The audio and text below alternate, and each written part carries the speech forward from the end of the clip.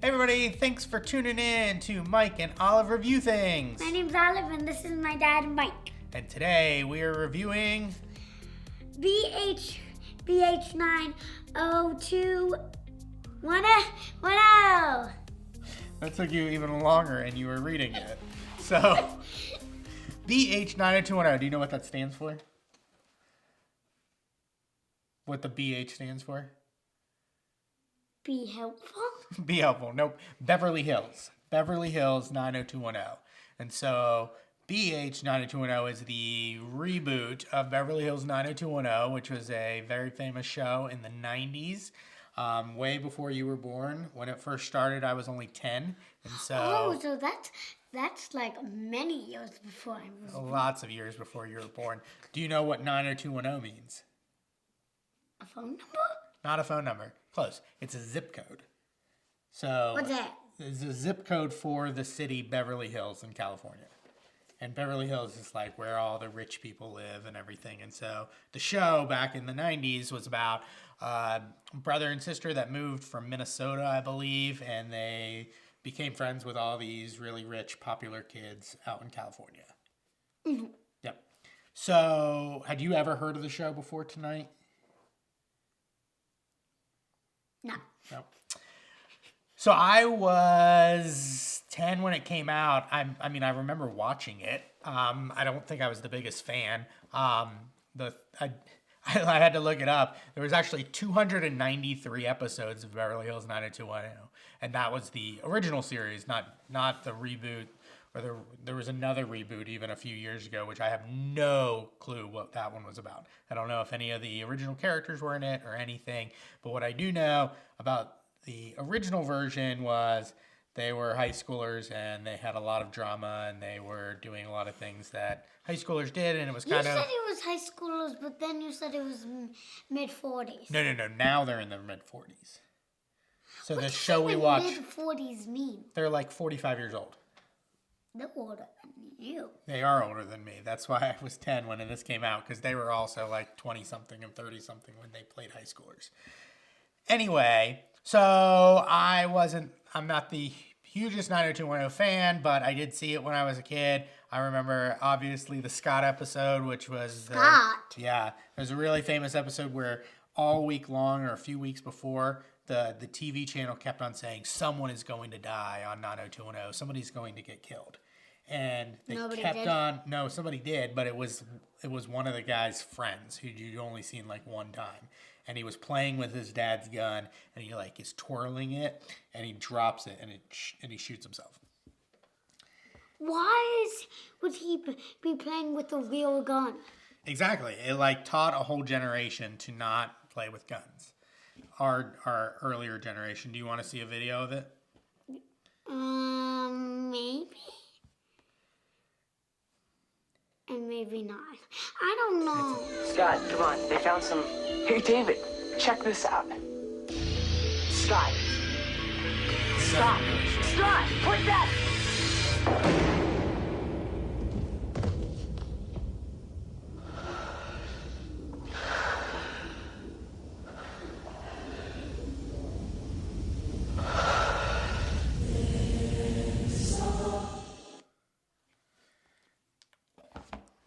Yeah. So that was my big memory of 90210 is that Scott shoots himself. All right. So we watched the reboot tonight, and it was interesting because it's not necessarily a reboot where it's just all the characters continue on with their life. It's actually the actors and actresses. So like Jennie Garth and Tori Spelling and Jason Priestley. Who's Jason Priestley? He was the guy with the beard and the scarf. And the broken arm. They are playing themselves, but they're not playing their real selves. It's like some of it is true, but some of it is kind of fictionalized. And so like Jennie Garth says that she's been married 3 times. She has been married 3 times, but like the guy that she mentions, she was like, it's fake people. They're fake. They're married to different people. Like Brian Austin Green is married to Megan Fox in real life, but in this he's married to some famous singer who has won a bunch of Grammy Awards. That's not, yes, Megan Fox is very famous, but it's not like she's known for her awards. So you don't know who Megan Fox is? No, but I do know the Fox spot. So they're playing kind of heightened versions of themselves. In the first episode, they go to Las Vegas for a 30-year reunion of the show. And Tori Spelling, who actually does a really good job of just being Tori Spelling, just a kind of person who grew up in a wealthy family. Her dad, they mentioned in the show, produced the show, and apparently she didn't make any money off of it. And so now she has 5 kids or 6 kids. I think in real life she has 5. In the show, she has 6, and so she's playing off that. And Wait, people can have 5 kids? yes, people can have 5 kids. They can even have 8? They can have 8. Yep. They can have 100? No, they probably can't have 100. So we watched it, and I actually enjoyed it a lot more than I thought I was going to enjoy it because they played up those heightened kind of expectations of, hey, we're the real people and our lives are incredibly messy and people will think about us as these 90210 characters and they don't really care about us as real people. So I was 10 when it first came out. I remember watching it. You're 7 now. So not too much younger. So what did you think of it? What did you like? Is there anything you liked?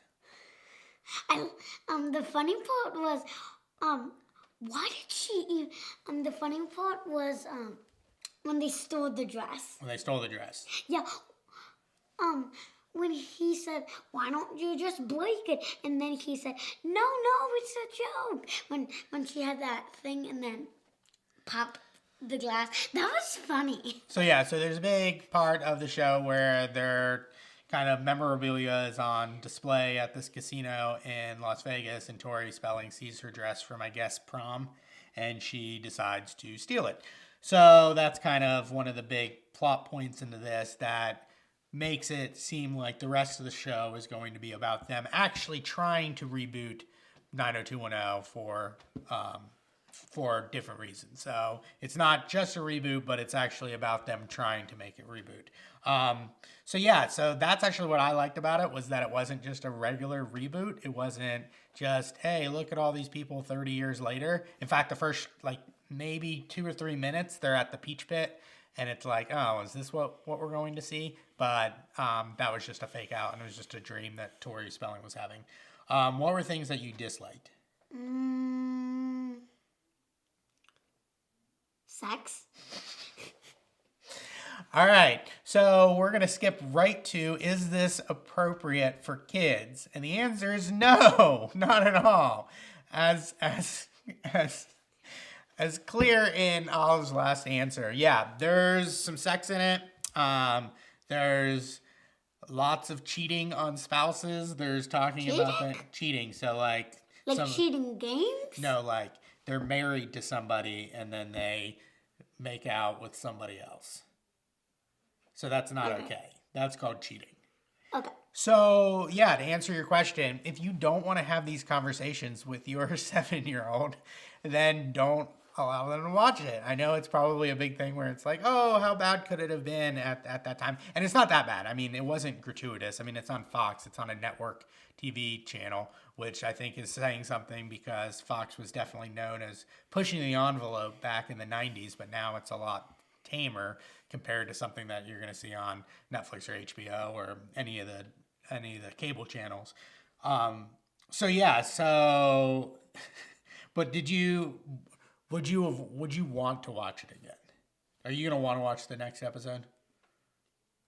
Wait, that was an episode? Yeah, that was one episode. There's going to be 6 episodes. So would you want to see the next episode? That episode was 1 hour and 1 minute long? Well, technically it was only 42 minutes. There was commercials, but you're not used to that. So we had to fast forward through the commercials. So is this something that you are going to want to watch the second episode of next week? Sure. Sure?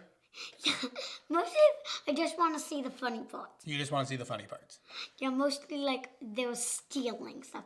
That's mostly the funny part when, well, I already told you when she jammed it into the glass.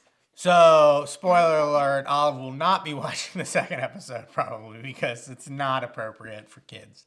So, even though you might think it's fun and enjoyable, I think that it's probably going to get even worse when it comes to kind of gratuitous stuff. Gratuitous? Gratuitous, yep. If you don't know what if you don't know what gratuitous means is, then you can't see it.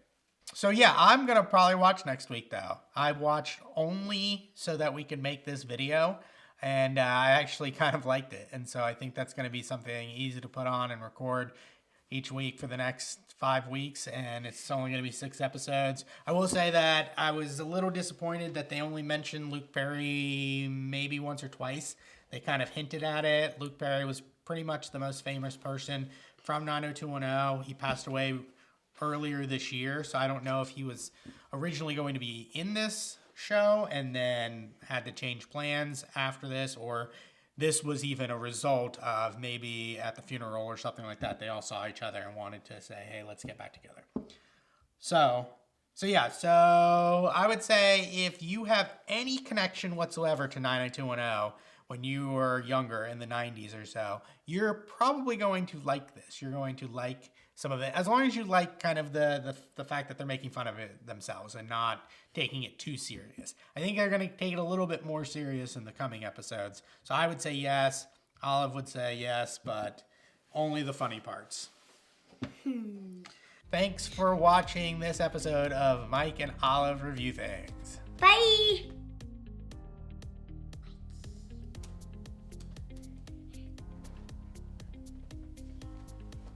Is this good? And today we are reviewing 9HTO!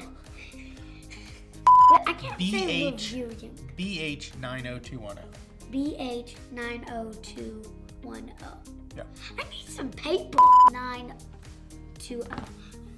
Okay, thank you. All right, ready? Yes.